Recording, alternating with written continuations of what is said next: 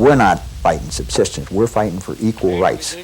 We didn't come to Alaska up here to be second-class citizens. Now, 85% of the people in the state have been disenfranchised. So what we're talking about, the message we have to the people in the state of Alaska is, it's not subsistence, it's equal rights. There's been a lot of talk about the effect of the 1978 subsistence law being to exclude 85% of the folks who live in Alaska from the ability to hunt and fish. And to the extent that the people that are supporting ballot measure number 7 have been telling Alaskans that particular message, particularly telling Alaskans like you and I who live in the cities, that is just a flat-out misstatement. I feel my rights are being infringed on. First and foremost, I feel that the resource is being infringed on. Not my rights. My rights are secondary. To me, the rights of our fish, our game, they're number one. I would challenge any sports user in the state to tell me how under the state's subsistence law he has been limited in any fashion. There isn't a single angler in the state, not a single sport hunter, who under the state subsistence law hasn't been allowed to do exactly what he did in the past.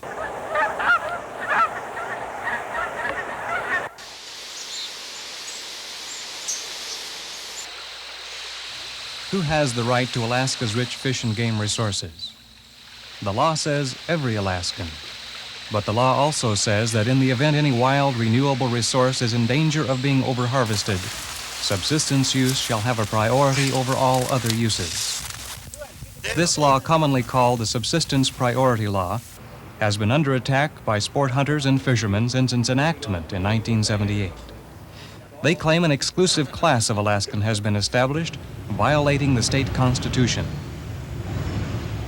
Defenders of the Subsistence Priority Law claim an economic system and way of life for thousands of Alaskans is threatened by powerful economic interests. The issue is complex, emotionally charged, divisive, and frequently misstated by the combatants. Alaskans will go to the polls in November in answer to an initiative petition calling for repeal of the current subsistence law. The question before the voters, in essence, is, shall existing provisions of the Fish and Game Code which provide for subsistence hunting and fishing be repealed? Alaska Review took its cameras into rural Alaska to examine the life and livelihood of the Indian and the Eskimo, the nature and importance of subsistence economies, and then into the cities to study the politics at issue and the story behind the story in the controversial question, subsistence. Who has the right?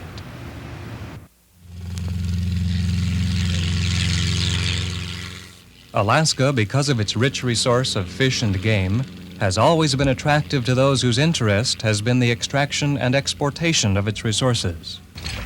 The Russian fur hunters were the first to exploit the great land, using the Aleuts as slaves in the harvest. Later, American miners came to the Yukon in search of gold, bringing with them tools, talents, and customs that affected significant change in native Alaskan life. Others, particularly the agricultural migrants and homesteaders who settled the Matanuska Valley and the Kenai Peninsula in the 1930s and 40s, were attracted by the chance to establish a new life, one closer to the land and its bounty. There are others who are here for similar reasons, but they have always been here. Their quest is not to seek a new life, nor to export resources, but to continue an economic and cultural tradition that began before recorded history. It is a tradition that, unlike the Western concept of profit maximization, is tied to the idea of immediate material security, such as food, shelter, and warmth. Like all cultural traditions throughout history, the customary way of life for the native Alaskan is undergoing rapid change as they integrate Western ways and values into their ancient culture.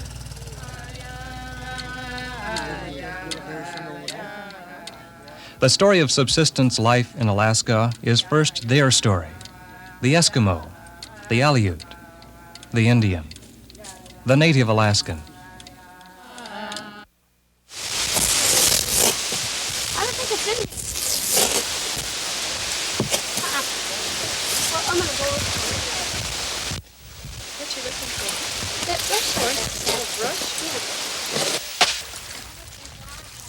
The fish camps found throughout Alaska on the banks of its many rivers are a major source of subsistence economy for the native.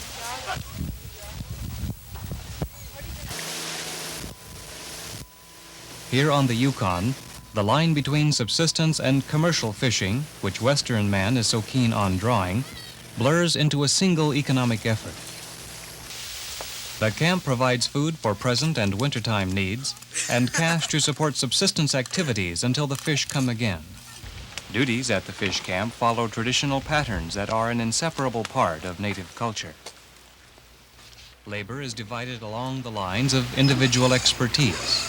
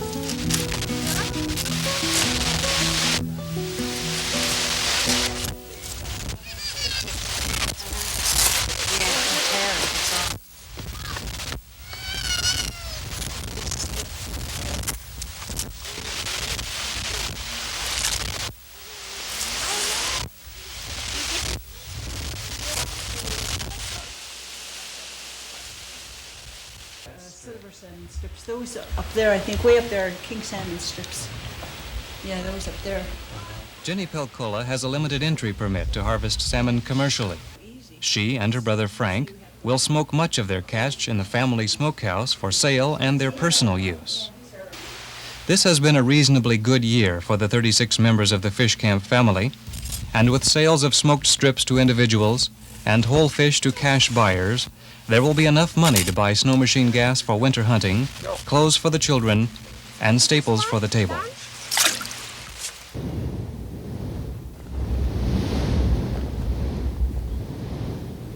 The Athabaskan Indians and northern Eskimos both count on the caribou as a source of protein. Shifts in herd migration patterns and declining numbers of the animals have, in the past, seriously affected the subsistence economy of villages, forcing the people to seek alternative and less desirable food sources.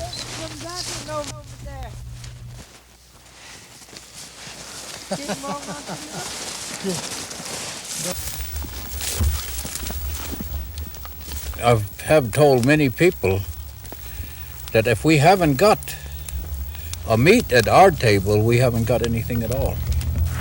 Walter Charley, an Athabaskan Indian of the Otna tribe, has for some 50 years hunted the caribou in the Copper River and Lake Louise area of south-central Alaska. Now, at the age of 76, he still hunts with the dedication of the needy hunter. This year, he applied for and received a subsistence permit, which allows him to take one caribou from the Nalchina herd. He is one of 230 subsistence and 1,300 sport hunters who were awarded permits to hunt the small herd, which is carefully managed by the Department of Fish and Game. They can cover a lot of country one day. Walter has chosen to hunt north of Lake Louise on Yukon River. It has been years since he was last here, and the old hunting trails are barely visible.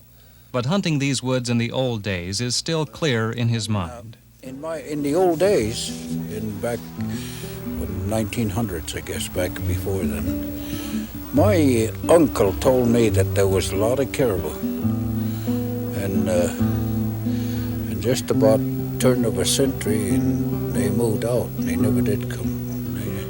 Those caribou all disappeared. And then, of course, they came back. Then they migrated back in this country in 1923. Now there's a very few caribou because they are all scattered all over the country. They move.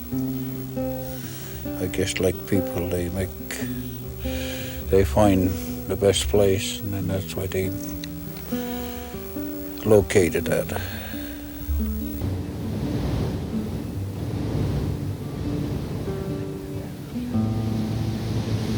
Walter has hunted these hills and valleys for 3 consecutive days, but the caribou are skittish, and he has been unable to stalk them to within shooting range. This is the hardest caribou hunt I ever had. Had no problem before. They're sure spooky for some reason. And you know, usually when you see a caribou out in the meadow like this, or when they feed, they don't pay no attention to nothing. You can walk right up to them. But this one here, we just got right over the hill and away they went. So I think there's been an awful lot of hunters. Of course, we saw a lot of hunters go by. Awful lot of hunters in this country. And this used to be a nice country. Boy, that's... Of course, I've been telling you about this country, you know, how we never got out of here without any meat. That's my first time I ever leave here without any. While meat and fish form the basis of the diet of Alaskan natives, important nutrients are obtained from the fruit of the tundra. When fishing season has ended, families head for their traditional berry-picking grounds to harvest their winter supply of the salmon berry. The juicy berry is popular among Eskimos for making jams, sauces, and to make the traditional dessert ogurik, a concoction of berries and fat. Josephine Charles and her daughter Irene of Sheldon Point have teamed with Sister Cecilia and her family on a 3-day expedition to their traditional grounds far down the Yukon Delta.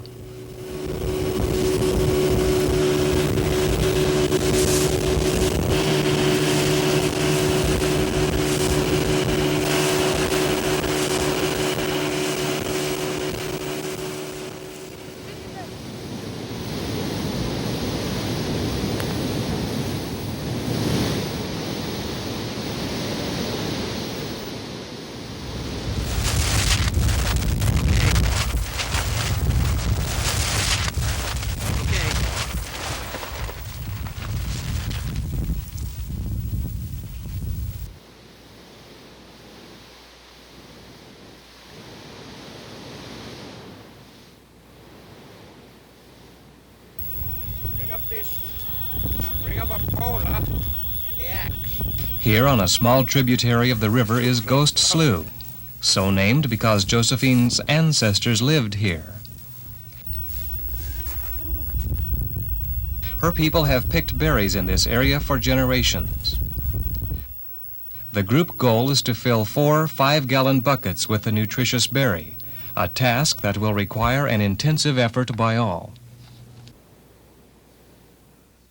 I still love it as far as taking TV pictures. I just went to them like, just keep going. I seen it on satellite TV. That's 2 years ago. Yeah.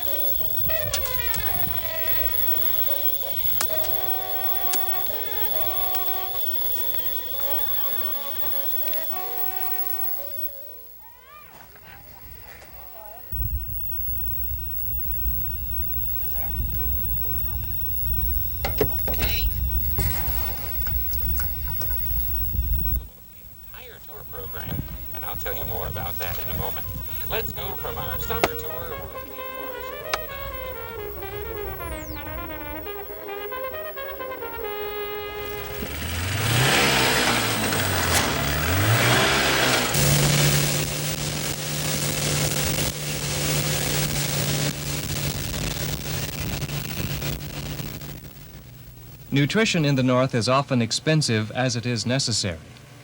The berries were free for the picking, but the cost of making the 9-hour round trip was nearly $100 in fuel costs alone.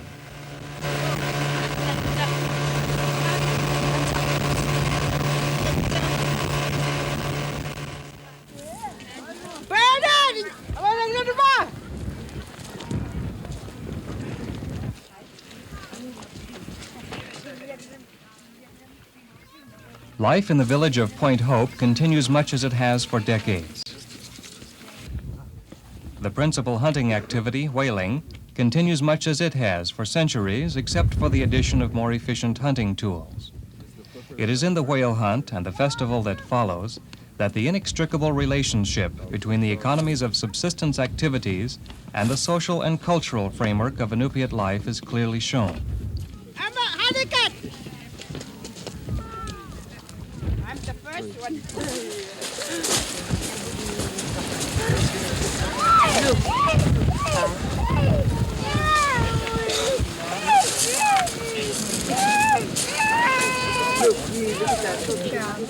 Whaling, more than all other subsistence activities carried out by North Slope Inupiat, is an activity that generates the greatest social interaction.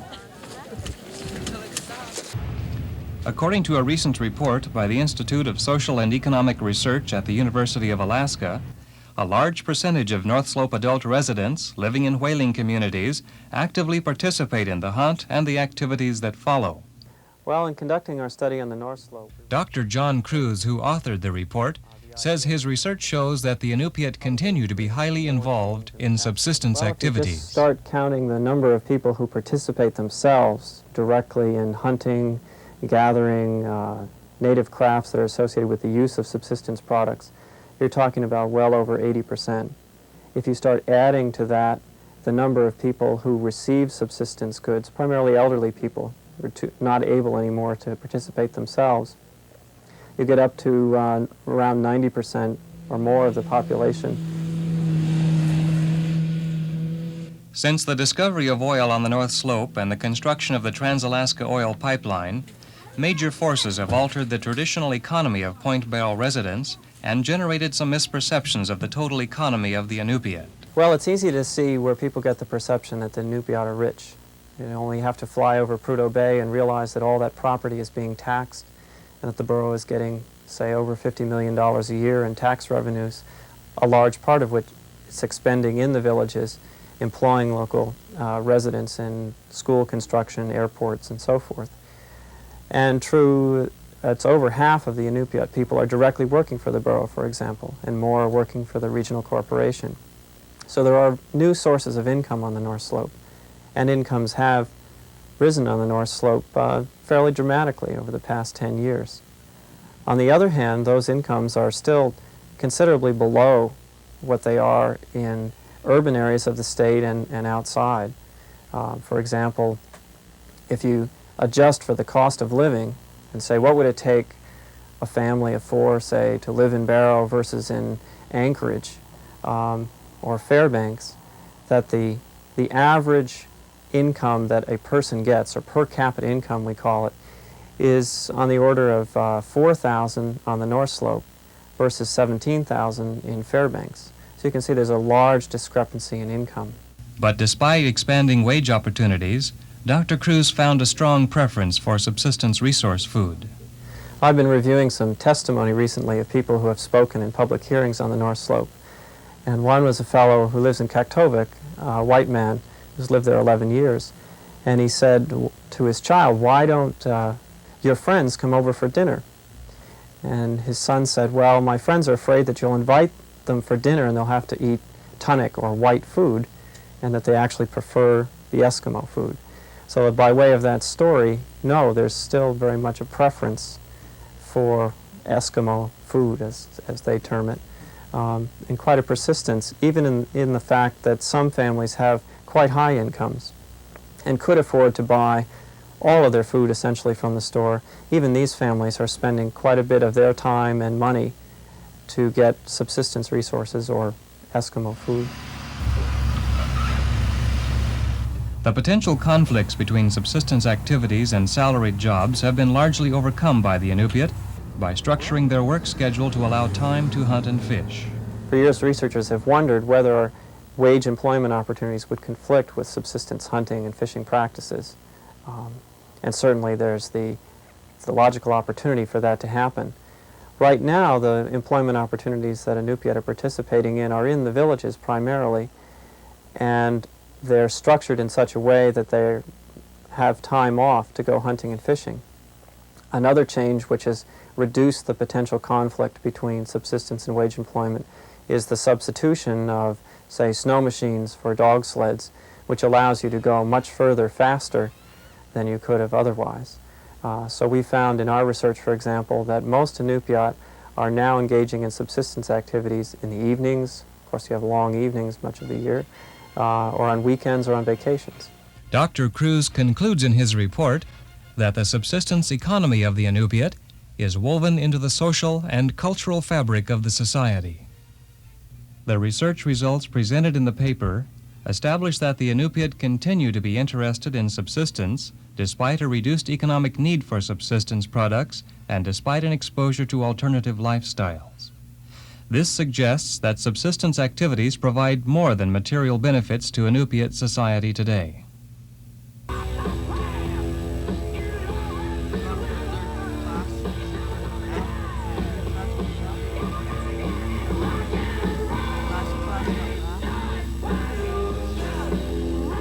If the controversy between opponents of the subsistence law and the subsistence users could be said to have a specific place of origin or a more intense battleground, it would be here in the small Athabascan Indian village of Tyonek. Located some 40 miles southwest of Anchorage, the 251 residents of the village live in modern homes with electricity and running water. It is a community more modern than perhaps any Indian village in Alaska. Yet the villagers retain a strong sense of pride in their cultural heritage and continue to practice their traditional ways, gathering traditional foods like the king salmon. Since the early 1960s, the villagers and the sports fishermen of the Isaac Walton League have been engaged in a struggle over the harvest of king salmon that migrate through Cook Inlet to their traditional spawning grounds in the Susitna drainage. There's no one in this Sam McDowell, a director of Alaskans for Equal Hunting and Fishing Rights, the sponsor of the initiative to repeal the state subsistence law, claims that Tyoneks have been taking the king salmon out of greed rather than need. For example, 1972, I was the one that testified, shut down the whole northern district to fishing. Not just the commercial fishermen, shut the sportsmen down too, because there was not enough resource to replenish the run. Now, there is a resource there. Where was the residents of Tyonek back in those days? Why didn't they step forward and say, let's shut down all the commercial fishing? I'll tell you why. Because there's 30-plus limited entry permits for the residents of Tyonek and for only 239 people. That's not a case of subsistence need. That's a case of subsistence greed, and they could not have been able to do that if it wasn't for that law. This whole thing has become so political. Bonnie McCord, acting president of the Tyonek Village Council. Right now, anyone would just use any means to, take that right away. But I think that there is enough fish out there, for everyone. I know here in the village we don't take any more than what we can use. Back when the subsistence issue was not even in this, we were in this fight. For example, in Upper Cook Inlet in 1951, there was 187,000 king salmon harvested commercially. The commercial fishermen were starting allowed to fish 5.5 days a week with king gear, 8.5-inch mesh, and it totally destroyed that run. We tried to stop it back in the territorial days, but in 1963, 64, 65, and 66, the sportsmen couldn't even wet a line for a king salmon to cook in it. The first year we were shut down, in 1963, the commercial fishermen were allowed to harvest 17,000 plus under incidental caught kings. Not once, for example, did Tyonek step forward and say, hey, this is disrupting our customary traditional lifestyle. They didn't do so. Back in the early or late 60s, I can't remember just exactly when it was, we had more or less voluntarily given up our right to take the king salmon, because there were some people from the Fish and Game that came down and said that at that time the king salmon was pretty low, and that it'd be better if we just waited. I think it was 5 years before, we were able to continue that. And we did that. And after that period, we put in our proposals and everything every year, and nothing was really done about them.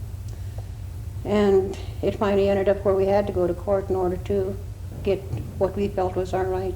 The Tyonek case was the first of several successful lawsuits brought against the Alaska Board of Fisheries by Cook Inlet area residents. Don Mitchell was one of the attorneys who represented the Tyoneks. Is that for years, because that run had been overfished by commercial fishermen, the run had been closed to fishing by all Alaskans. And in the late 70s, our biologist came in and said, geez, the run has really gotten much better, and we think that you can probably take about 13,000 fish out of that king salmon run without doing the run itself any harm or without hurting in any way its continued recovery. The entire run was given over to Mr. McDowell and the interest that he represents. Well, the next year, when the biologist came back to the Board of Fish, it was very interesting because they told the board that you could still take 13,000 fish out of the run during 1980 without threatening the sustained yield of the resource, but they also had some harvest information about what had happened the year before. And even though the sport fishermen represented by Mr. McDowell had complete and exclusive access to the resource, they'd only been able to take just a little less than 8,000 fish, even though the run could handle a harvest by all Alaskans of 13. Well, if you do a few basic mathematical calculations, you'll see that you could let Mr. McDowell have all of the fish that his user group was interested in, that they wanted, and still give the people who lived in Tyonek a reasonable opportunity to catch a 3,000 quota, and that still left 2,000 fish that no one could take. There's more than enough fish in that run for all Alaskans. As well as sockeye in coho. Chris Goll is a member of the Alaska Board of Fisheries and a registered guide. Obviously, if there were so many fish that it didn't make any difference, then perhaps the board would view it differently.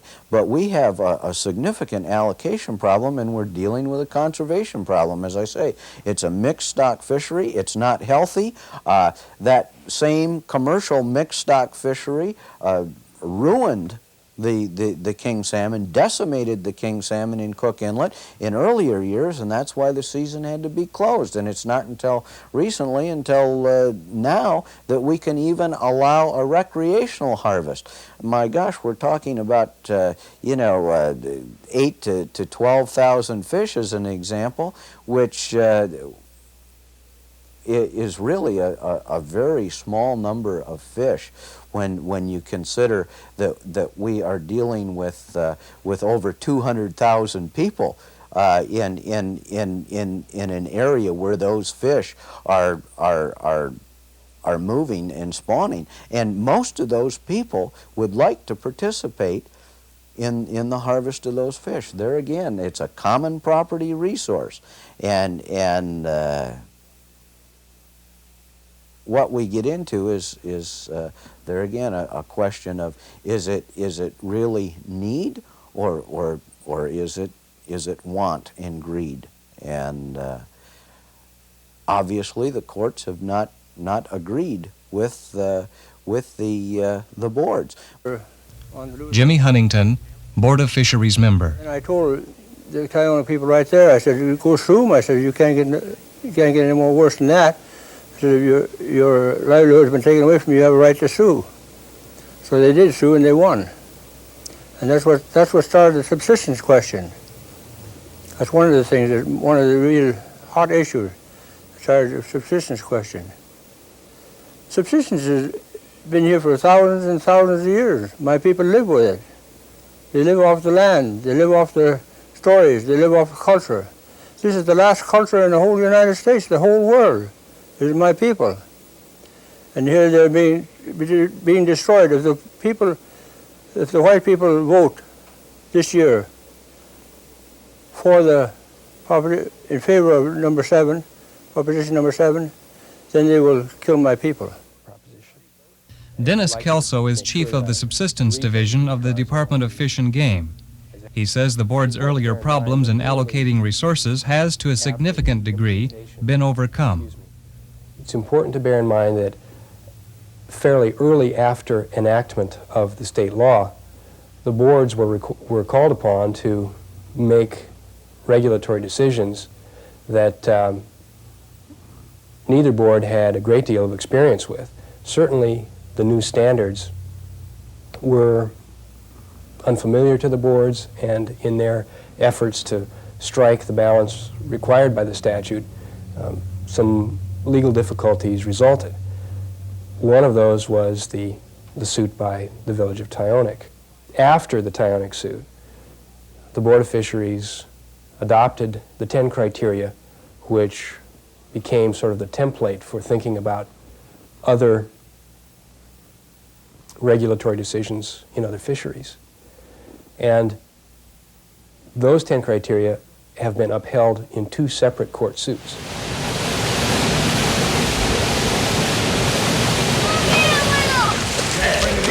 It's very, you could pull it in if you want.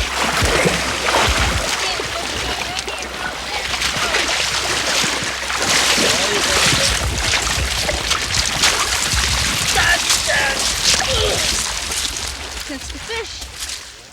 Taking fish from streams for subsistence use by any means is not new to English Bay residents. It is a tradition the villagers say was brought about by necessity.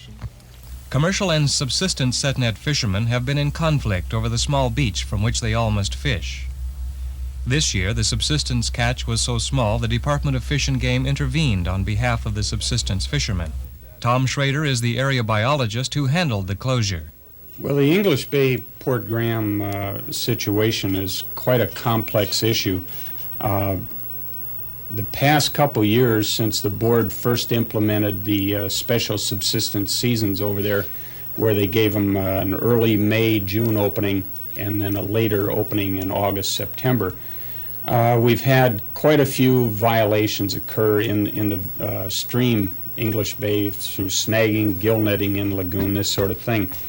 Mainly, one of the major excuses or reasons for these violations is the fact that people were not getting an adequate number of fish through the subsistence fisheries that were occurring.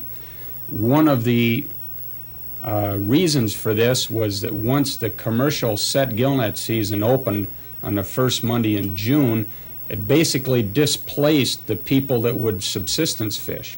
There wasn't enough beach area available to the people without skiffs. In other words, a person with a skiff could still go across the bay and possibly catch an adequate number of fish. We had a problem again this year. Numerous statements in the papers and from the people that I specifically talked to when I went to the village of English Bay stated that they did not have enough fish and they needed more fish. To implement the subsistence priority and provide these people with more fish, we had to go in and close down the commercial fishery. Not so much as a result of the lack of fish, but the lack of beach area to catch the fish. Still, most of the drying racks are empty. The villagers' sense of desperation is fueled by the onset of fall and the end of the salmon run. Fishing illegally, they say, is their only alternative. Several of the villagers have been arrested because of their fishing methods. Juanita Melsheimer, called Mama by the villagers, since many are related to her, was one of those arrested. I wish it was like before. But you know, a long time, all this time, way before we were born, they snagged fish and still fish grows. You know, every year we get more. Some summers we don't have, and some summers we have lots. Like now, this summer is a good fishing time, you know. Lakes up there just full, and the lagoon here full, and lots of red salmon up there, up at the third and second lake, and already they're dying too. But you can't catch them. Yeah, we can't catch them. Yesterday we were up there and we saw a lot of them dead, just spoiled, and some in the water, some in the beach along up there, just dead. It's, you know, nature, maybe they just die from getting old. In 1962, in that year of 1962, there was a fish like it is now, like this summer. And Fish and Game came. One of them came and he checked up there. He saw a lot of dead fish like now. And he told us to catch all the fish we could. So we did. And I hope they tell us again. Some of the younger villagers are angry, like Bobby Kuasnikoff, a member of the tribal council who blames the Alaska Board of Fisheries for the village's fishing problems. If we can get the Board of Fish and Game down here to actually see our problem, then I think we would try to work out something instead of just kicking around ideas and try to pass resolutions. They can't relate to the subsistence idea, you know. Anybody can pass a law, you know, but just knowing what it really means is the place where it counts. They took away our fish wheels, our spears, you know, our arrows, whatever we used for fishing, and they gave us a net. Say, okay, this is how you're going to do it.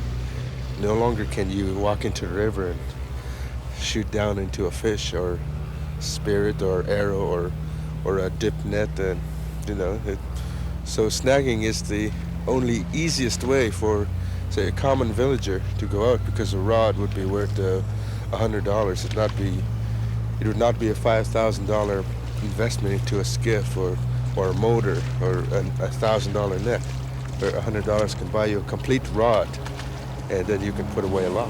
If we hadn't any aid from the state of Alaska, any kind, AFDC or food stamp program or some sort of child support program, we then would go after the fish by any means that we can, whether it was illegal or legal. Others have not waited for the Board of Fisheries to grant them what they feel is their right. The subsistence fishermen on the Kenai Peninsula near Homer have gone to court. So far, regulations handed down by the Board of Fisheries to discontinue subsistence fishing have been struck down by the courts as illegal. The fishery is now open under court order. The attorney who represented the Kachemak Bay Subsistence Group is Homer resident Marty Freidman, himself a participant in subsistence fishing. Our main focus has been on what we feel is the board's preconception, and this goes back prior to the enactment of the subsistence bill. In '78, the bill was enacted. The board didn't get around to even dealing with the provisions of the subsistence bill till sometime in the 1980. But prior to that time, they had closed down the entire Kachemak Bay area in what appeared to be a good old boys meeting at one of the Board of Fisheries annual get-togethers, and they had very casually and ironically said, well, we don't think the people down around the Homer, Kachemak Bay area are really subsistence users, and we've got a little problem here with the sports fishermen have been complaining a little bit down there. So why don't we just eliminate subsistence fishing down there, you know? I mean, there's really no one down there. They got rows, and they can go get a job if they want. There aren't any. I've been through Homer a couple times. I mean, these are the a generalization of the quotations from the record of the Fish Board at that time. So even prior to the board's reliance on the subsistence bill to exclude people in this area from participation in subsistence fishing, they had a proclivity and bias against considering any people, communities down here as subsistence users of the fish resources.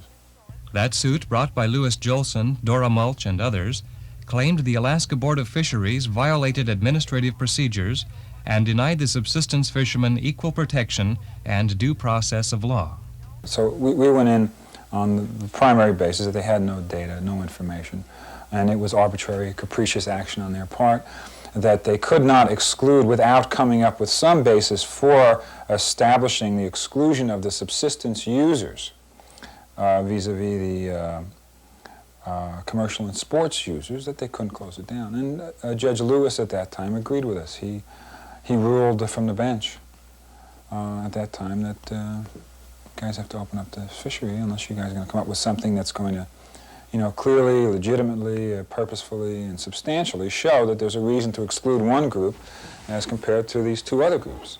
The sociologists refer to the traditional and customary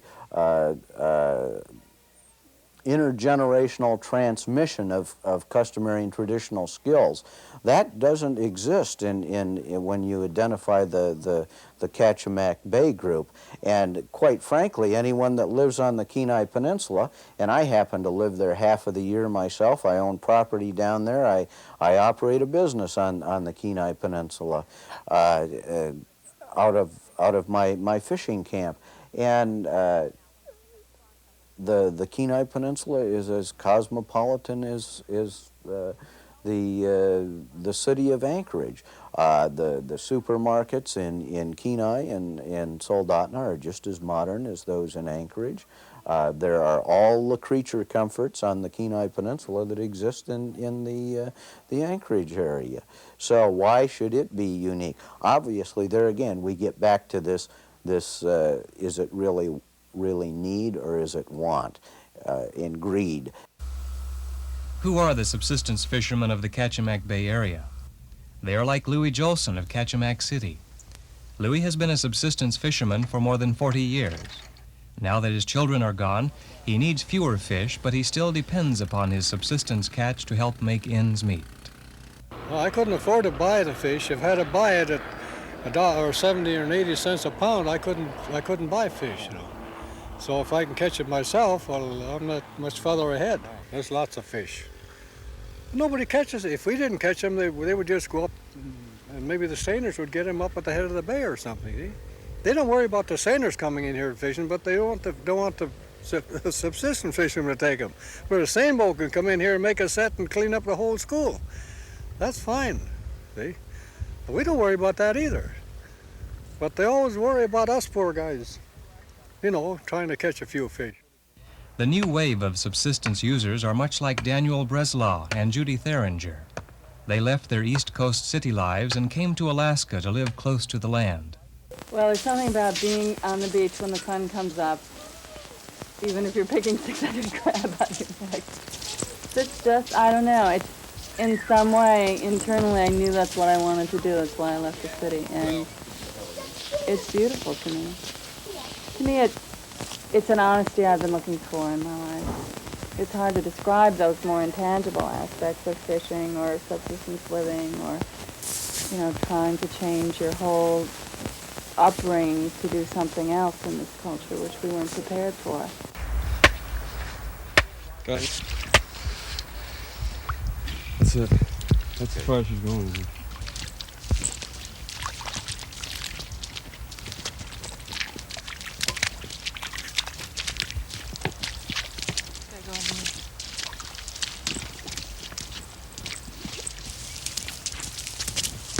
Let's go this way because that big rock's there.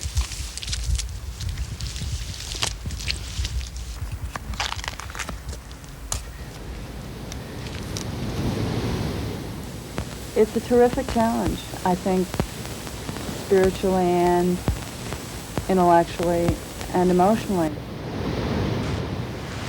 Oh, some big seals out here today. Did you see him? There's one right there. Is that one? This guy's got a little life in him. No crabs, huh? One crab, Jim. All right. Lots of seaweed down there. But no crab.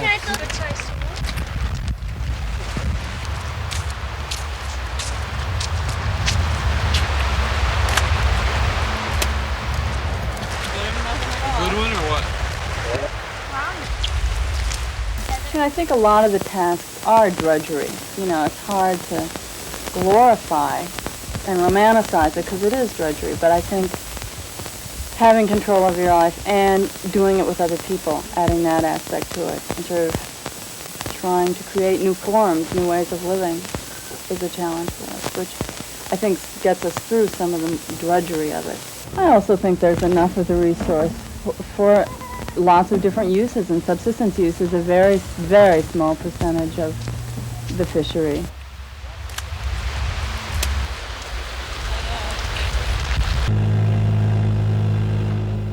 The fate of Alaska's subsistence law will not be determined on the rivers, beaches, or tundra. It is not being fought out in the villages and small towns. The battle lines have been drawn in the cities, where powerful advertising campaigns are being waged. Alaska Review interviewed the major figures on both sides of the issue in our quest to bring understanding of the issue as near to Alaskans as possible. Two of the principal adversaries in this heated and divisive issue are Don Mitchell, an attorney and spokesman for Alaskans for Sensible Fish and Game Management, and Sam McDowell, a member of the Board of Directors of Alaskans for Equal Hunting and Fishing Rights. The repeal of this priority subsistence law is just the tip of the iceberg. We are not going to sit idly by and let Senator Stevens, Congressman Young, and the Hammond administration, or any other administration, to make second-class citizens out of 85% of the people. If you took Alaska and shrank it down, and you showed what we had access to before the D2 and before this here priority subsistence, we had access to 100%. If you start eliminating the 44 million acres, you start eliminating all the land that was set aside in the D2 that's only for the 15% of the people, you see that Alaska probably, the balance that's left over for us is probably no bigger than one of the smaller states. Did we come up here for this? One of the ironic and sad, frankly, parts of the whole affair is that the major incident that led Mr. McDowell to initiate this campaign that's been very divisive for Alaska has been the fact that because of the state subsistence law, he and a small group of fishermen, sport fishermen, were denied exclusive access to the Susitna River king salmon run, even though there were more than enough fish for all Alaskans to share equally. And that's one of the real ironies of this entire matter, is that he's telling everyone that they should vote for this initiative because it will guarantee equal access for all Alaskans. At the same time, he's attempting to acquire exclusive access for just a couple of folks who live in some of our cities. We didn't come to Alaska up here to be second-class citizens. Now, 85% of the people in the state have been disenfranchised. So what we're talking about, the message we have to the people in the state of Alaska is not subsistence, it's equal rights. Now, when this D2 lands bill was passed, our congressional delegation, Senator Stevens, Congressman Young, and a Hammond administration said, this is the best that we can do. We'll have to accept this. However, we will go back to the amendments. They did not do so. We're going to hold these professional people, our representatives, and keep them at their word. So the repeal of this law is the first step that will be taken. There's going to be many to follow, to see to it that Senator Stevens, Congressman Young, and the Hammond administration do keep their word. Is that there is a lot of concern and in some quarters anger over the decision that the United States Congress made back in 1980 when it passed the Alaska Lands Law to close off a fair amount of acreage, I think it's about 20 million acres if I remember correctly, of Alaska into national parks where, of course, sport hunting and trophy hunting is prohibited.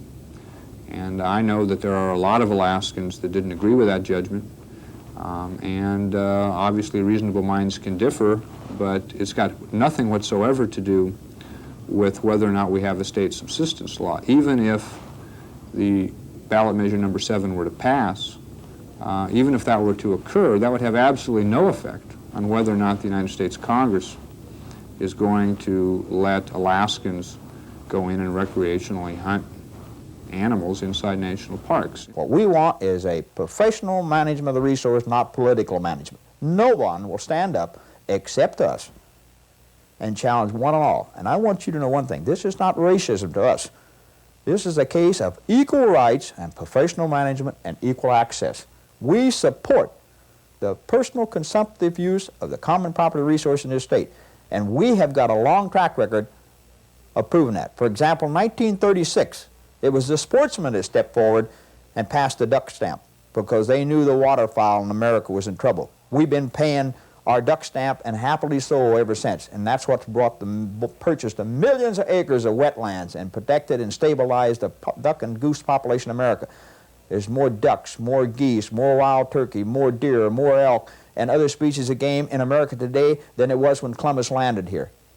It wasn't rural Alaska residents that put them there.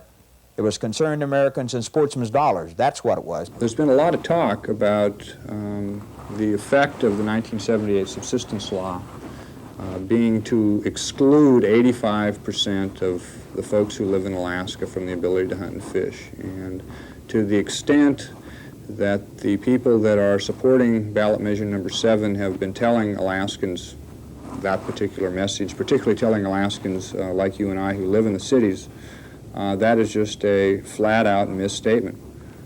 All the subsistence law says is that if, in fact, when you get into a situation where you have to make some hard choices about either limiting the harvest of a resource by Alaskans or allowing all Alaskans to harvest the resource and thereby threatening the sustained yield of the resource, that when you have to do that, make sure you keep a special eye out for that small number of Alaskans, the 15% of the 400,000 of us who are living out in the bush, because it's more important to them than it is to you and I if, in fact, their harvest opportunity is going to be somehow restricted.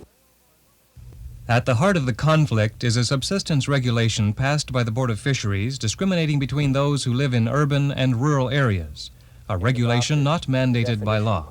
Dennis Kelso. That definition, I think, represents part of the board's efforts to put various formulations together in making regulatory policy.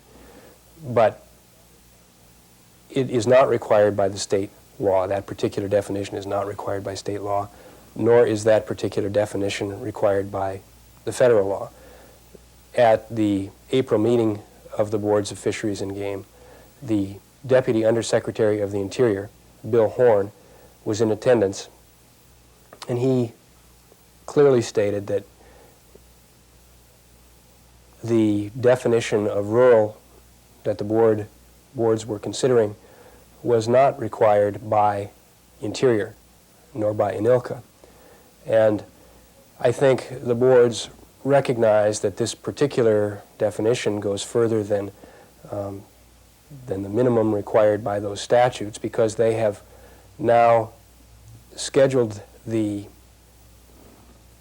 regulation that defines rural for further consideration at their December meeting. In fact, the boards at the outset stated that they were going to make an adoption of this term rural then, but they were automatically going to calendar it for further consideration in December. Dr. Tom Lonner, former chief of the state subsistence section, claims the Board of Fisheries' actions have divided Alaskans. You've heard a lot, seen a lot in the press, and seen a lot of literature that's been produced that says that as a result of the state subsistence law, that 85% of the state's population, that is the urban population, would no longer be allowed to subsistence hunt and fish anywhere in the state. And that only 15% of the people would have all the access to all the subsistence resources. Now, you should understand really clearly that that not only is not inherent in the law, it actually violates both the principle and the letter of the law. The law is intended to protect subsistence wherever it occurs, and if it occurs in an urban area, then presumably the state boards of fisheries and game are going to have to acknowledge it. By passing a regulation, and it is only a regulation, that separates rural from urban people, it's my feeling that the boards deliberately went out to seek to divide Alaskans one against the other for the purpose of repealing the state subsistence law. It's done massive damage to a large number of persons, and if the state subsistence law is repealed as a result of all those actions, it will result in even worse damage. The damage is not just this threat of federal management. The damage is to the basic social and economic fabric, the regard that we have for one another, and our willingness to allow other people to live their lives both socially and economically with a certain degree of freedom from fear and freedom from insecurity. All mixed up in the Jimmy Huntington, a native of Galena, believes the subsistence law and the future of his people are inseparable. And the native people have never been saved by the white people, never. I never bring up the word white people and Indians before. But this time they have to be separated, because all the history shows in the whole United States and the whole world that the natives of the world have been destroyed by the white people.